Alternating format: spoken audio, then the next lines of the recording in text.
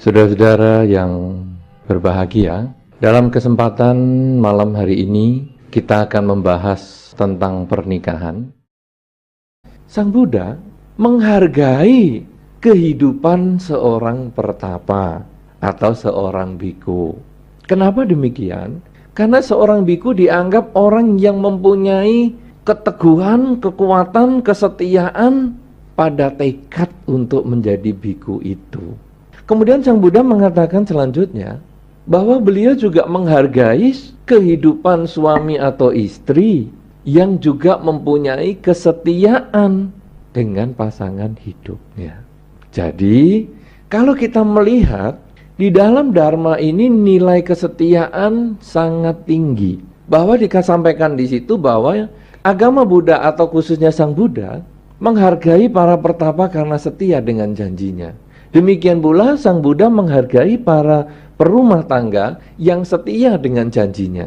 Para perumah tangga yang tak setia, ini kelanjutan yang saya sampaikan, itu tidak dihargai. Apa itu misalnya? Sudah kawin, cari yang lain. Kenapa?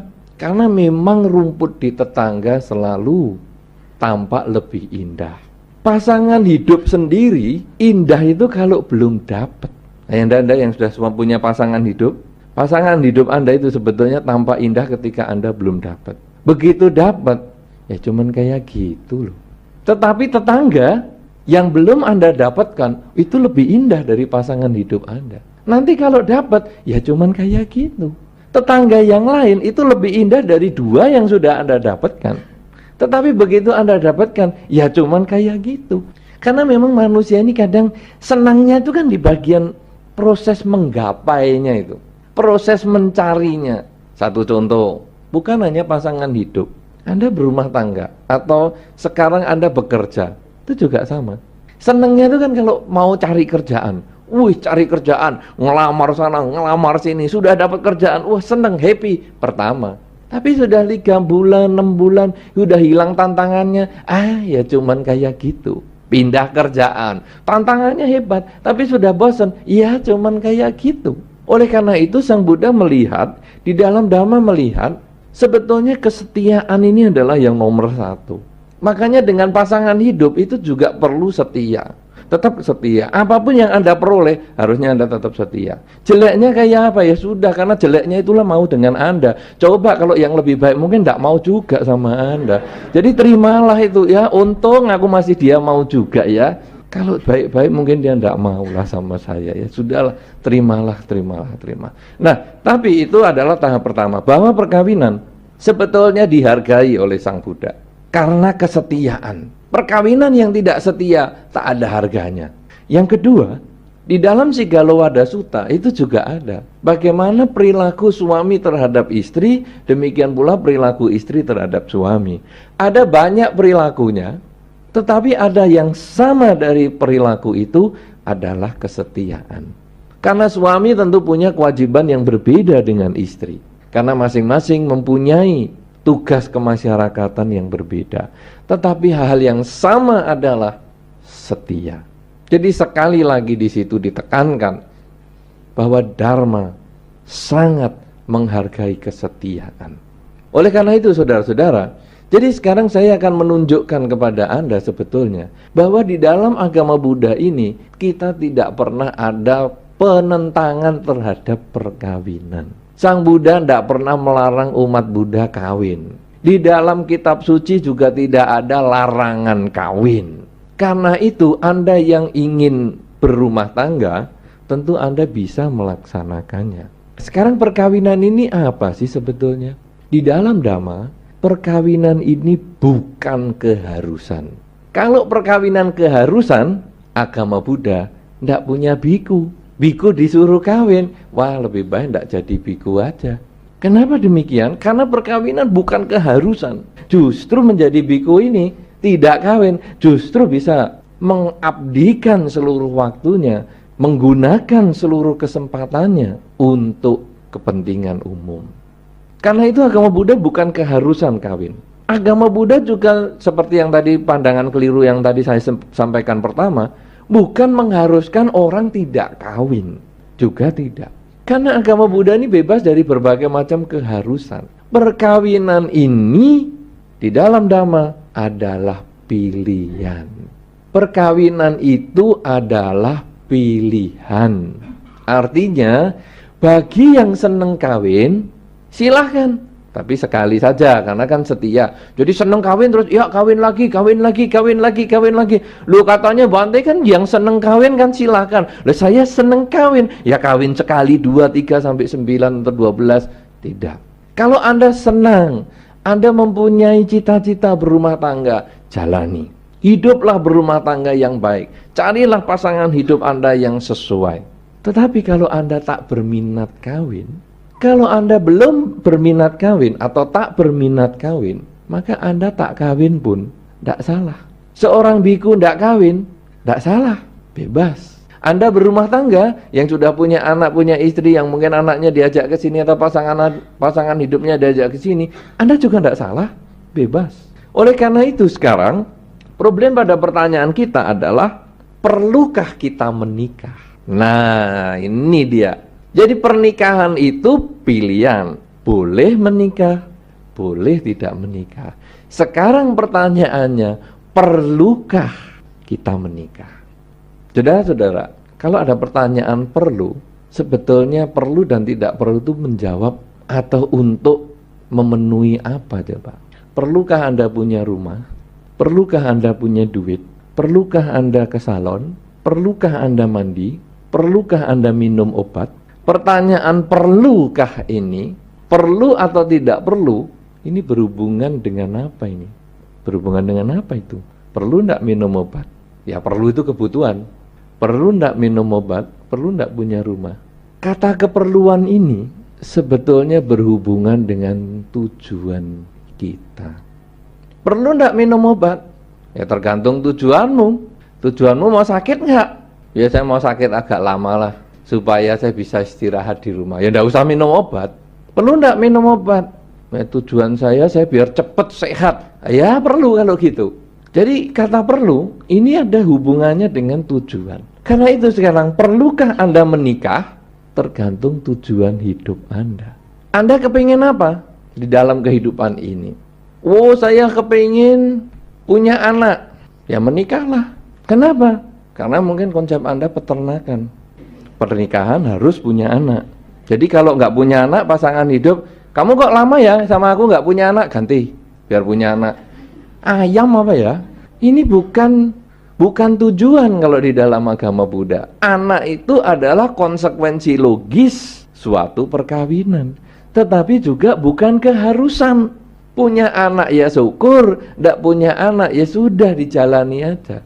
Nah sekarang tujuan perkawinan lagi apa? Perlu nggak kawin?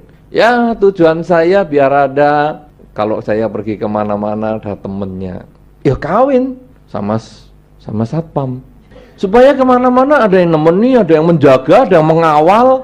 Ya tujuan kawin saya ini salah satunya ya banyak yang merawat lah. Bisa ada yang merawat, daripada hidup sendiri tidak terawat. Ya kawinlah sama babysitter boleh, biar ada yang menyuapin, kalau capek ada yang mijiti. Kadang-kadang orang melihat keperluan kawin itu menjadi sangat sederhana. Padahal di dalam Dhamma, perlu atau tidak berumah tangga itu mempunyai satu tujuan yang luhur. Apa itu tujuan hidup kita di dalam hidup perkawinan? Adalah mencari teman hidup.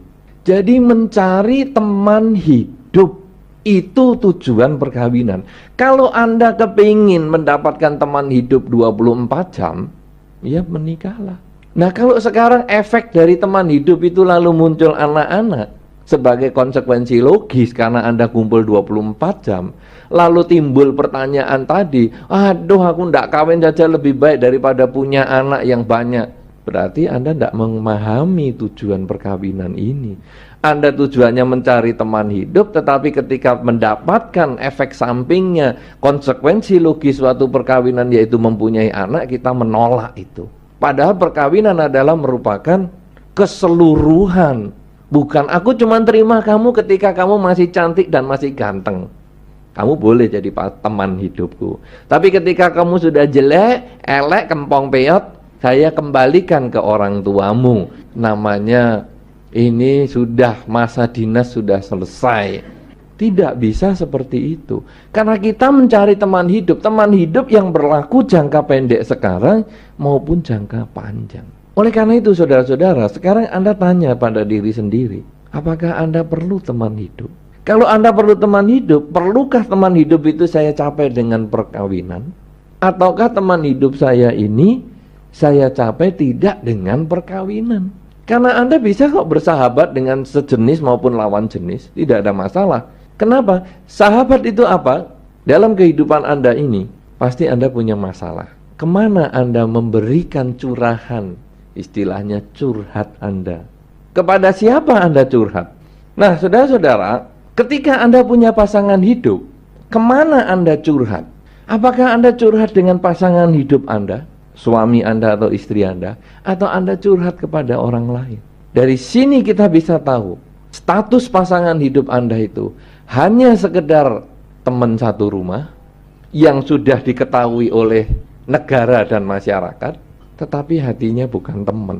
Anda kumpul bersama dengan pasangan hidup Anda, kemudian Anda makan bersama, Anda tidur bersama, Anda bekerja bersama, Anda berjalan bersama, tetapi batinnya tidak nyambung. Ketika Anda punya masalah, Anda berikan kepada orang lain, Anda konsultasikan kepada orang lain, bukan pada pasangan hidup Anda. Maka pasangan hidup Anda bukan teman hidup Anda.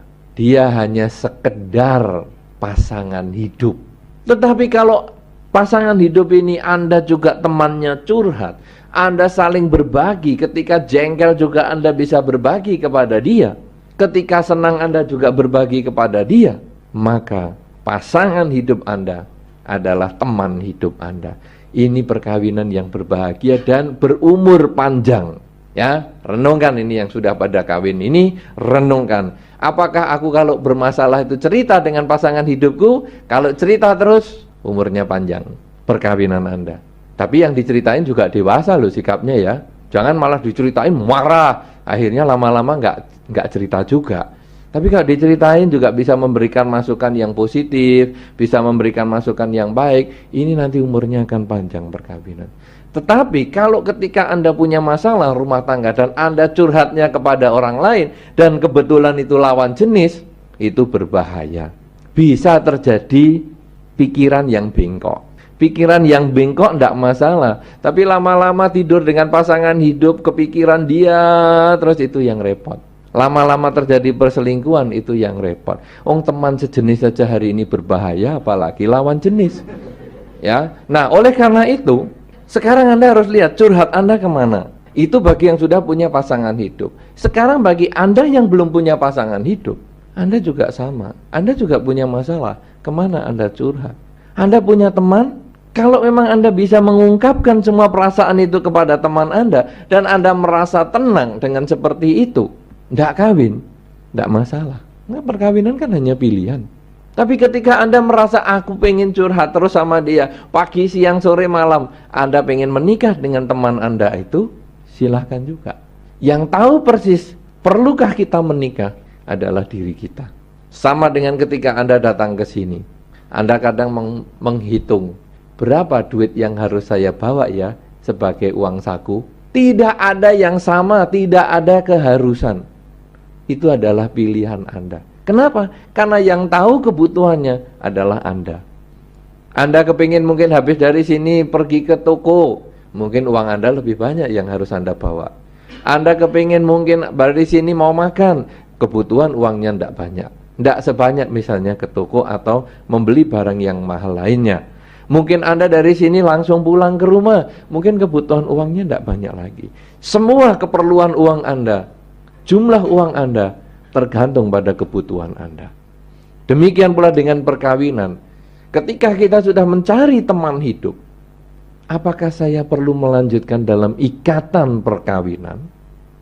Ataukah saya cukup berteman dengan dia dan dia tetap bisa berpasangan dengan yang lain?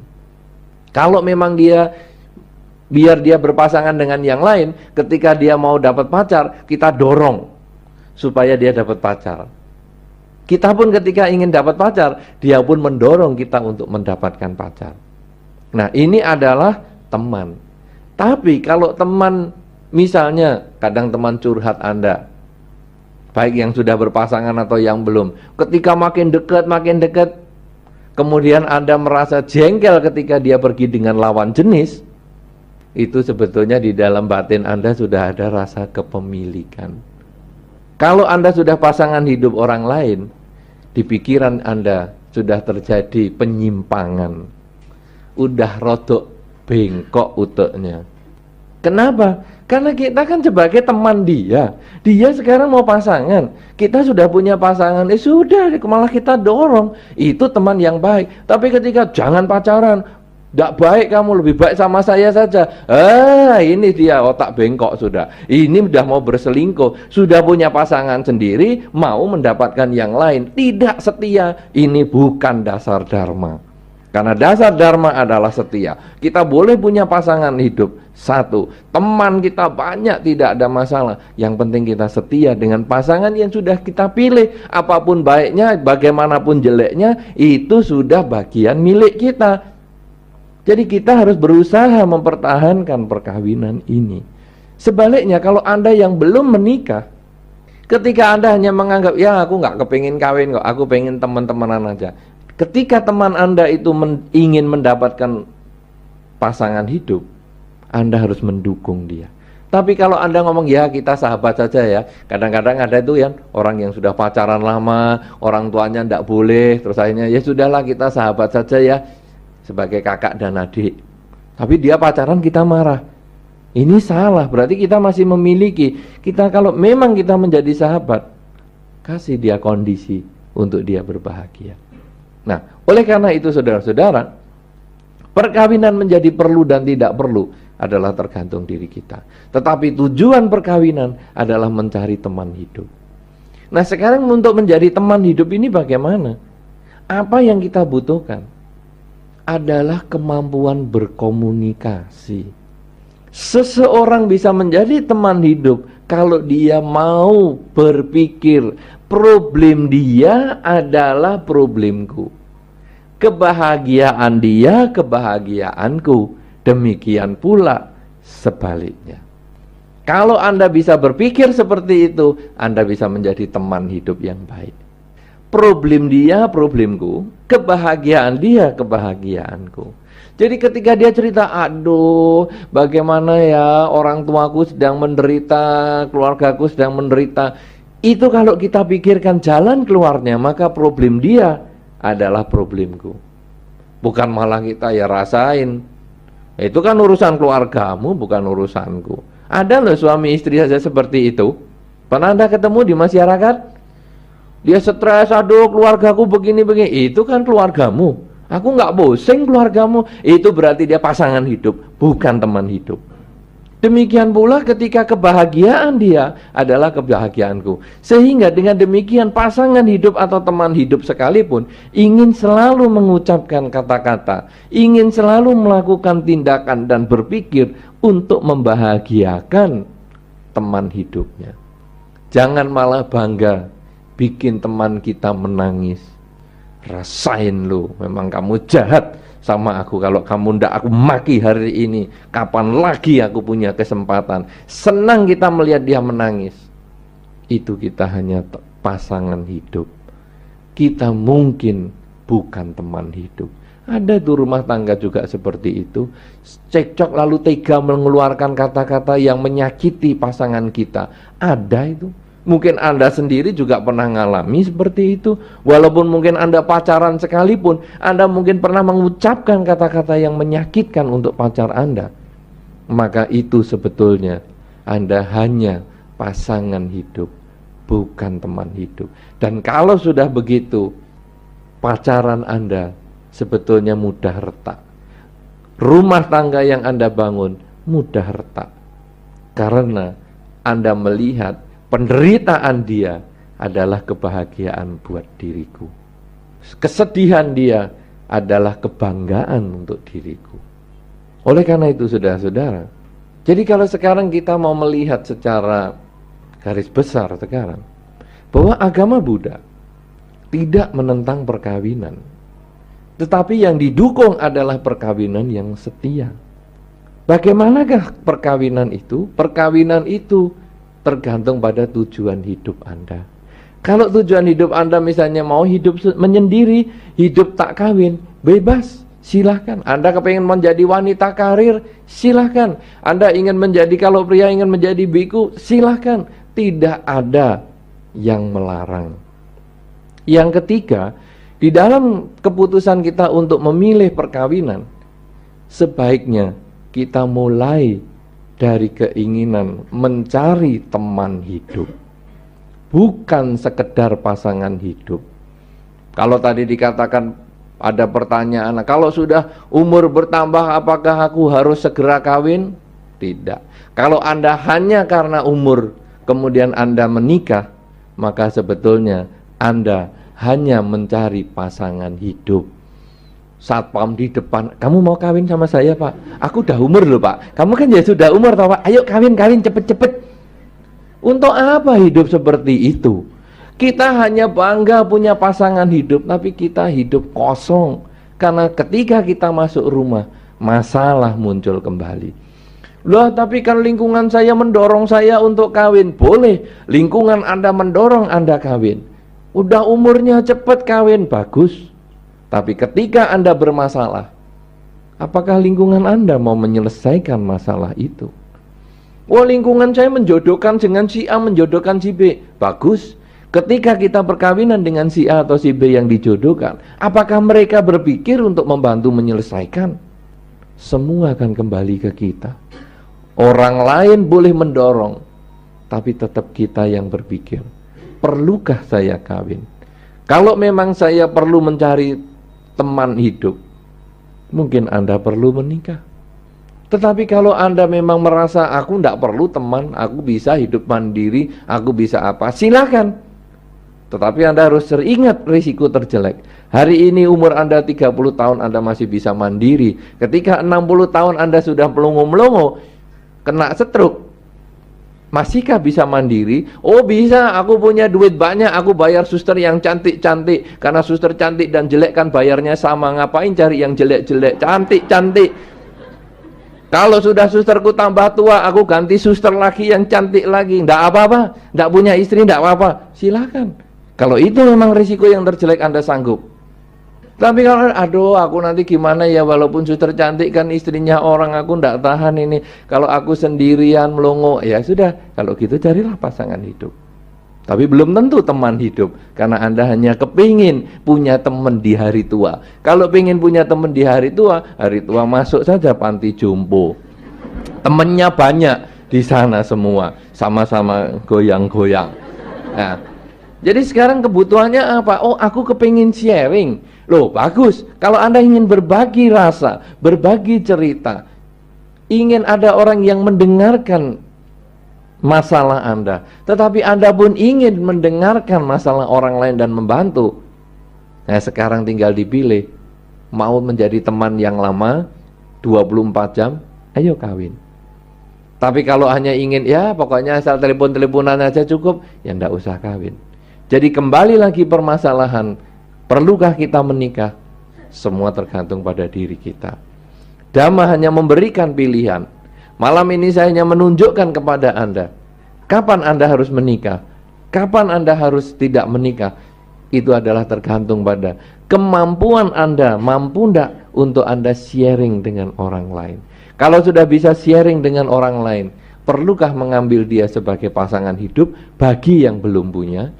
Bagi yang sudah punya, perlukah saya untuk terus membina hubungan dengan dia, tapi tentu terbuka dengan pasangan hidup kita sendiri.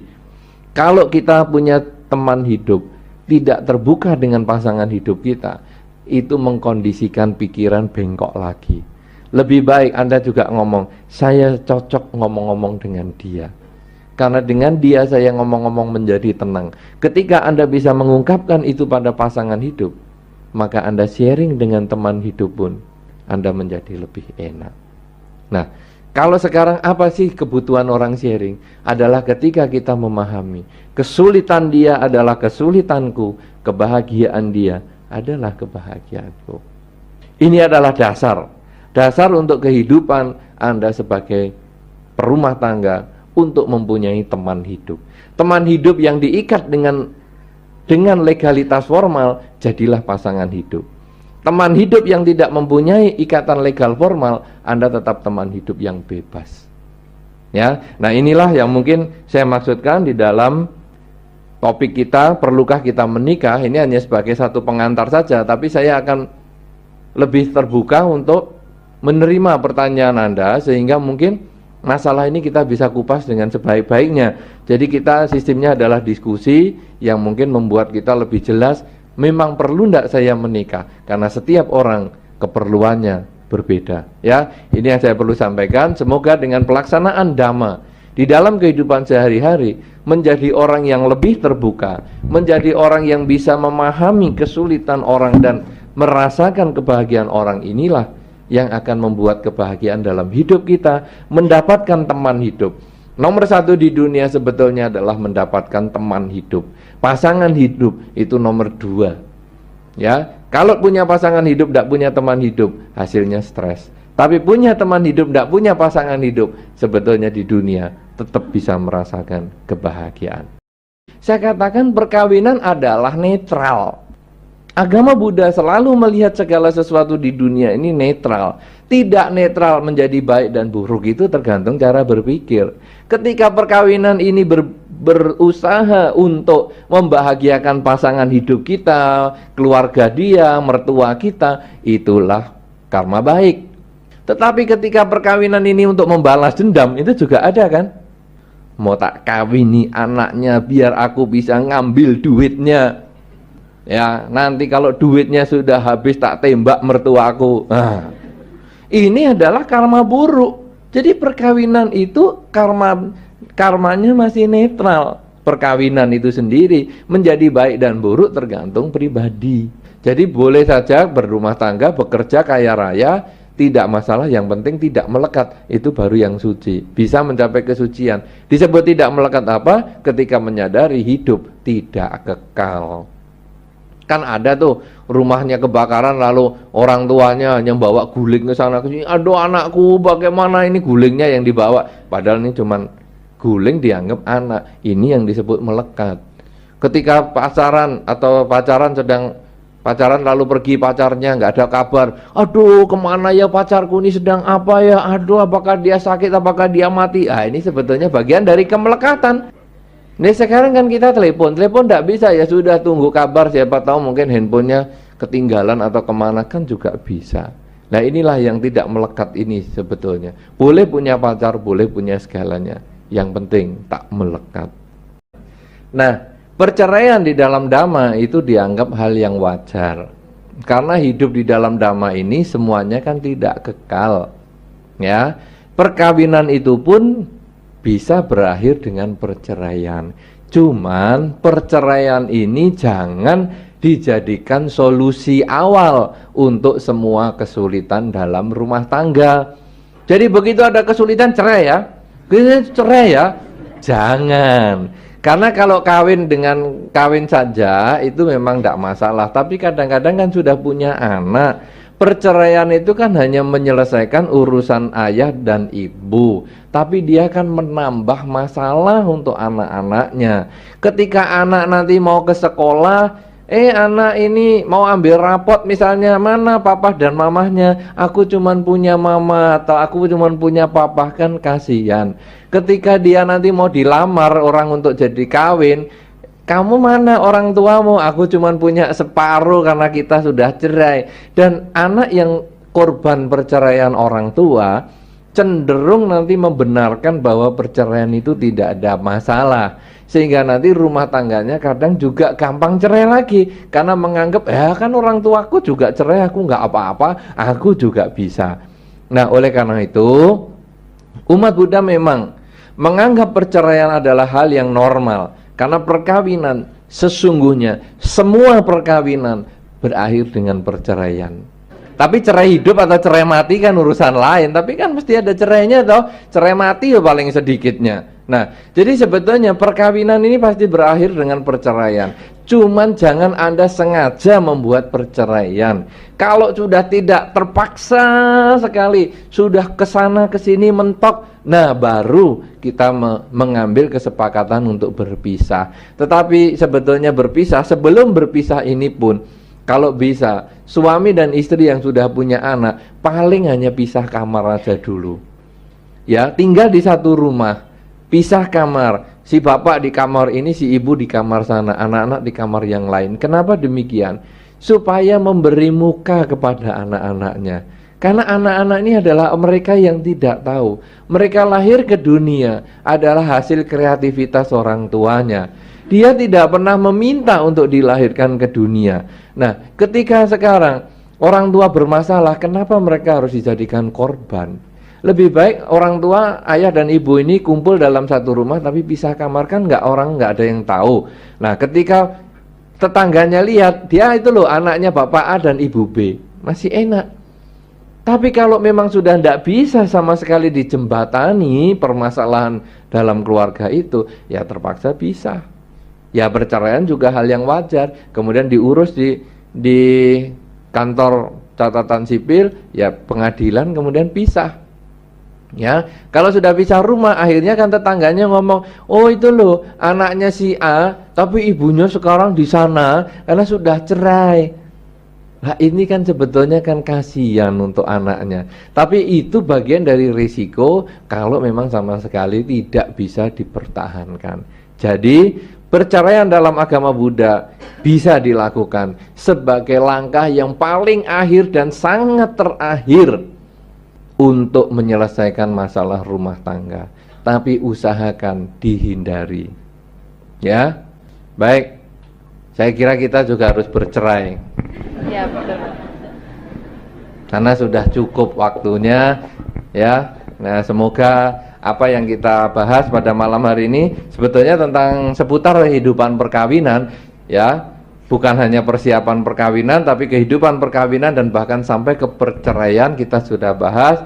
Ya mudah-mudahan ini memberi satu gambaran ringkas. Karena apa yang kita terangkan dalam sekian jam tentu hanya sangat sedikit, mewakili sangat sedikit keinginan yang Anda harus dapatkan. Tapi paling tidak, ini poin-poin dasarnya. Kalau nanti Anda ingin lebih dalam lagi, tentu Anda berkali-kali Anda datang, berdiskusi dhamma lebih sering, sehingga nanti Anda akan lebih memahami apakah yang disebut kebahagiaan rumah tangga, cinta yang memberi. Kebahagiaanmu adalah kebahagiaanku, penderitaanmu adalah penderitaanku. Sehari ini mungkin masih dalam perkataan saja, hari ini mungkin masih dalam hafalan saja. Tapi kalau Anda merenungkan 2-3 bulan kemudian, sikap Anda dengan pasangan hidup, sikap Anda dengan teman hidup Anda, sikap Anda di masyarakat nanti akan berbeda. Ingatlah, kalau diri sendiri tidak mau dicubit, jangan nyubit orang. Kalau diri sendiri ingin dibahagiakan, semua orang juga punya perasaan yang sama. Saya kira inilah yang menjadi akhir dari perjumpaan kita. Semoga Anda semua berbahagia, semoga semua makhluk berbahagia. Sabe sata, bawantu sukitata. Sadu, sadu, sadu.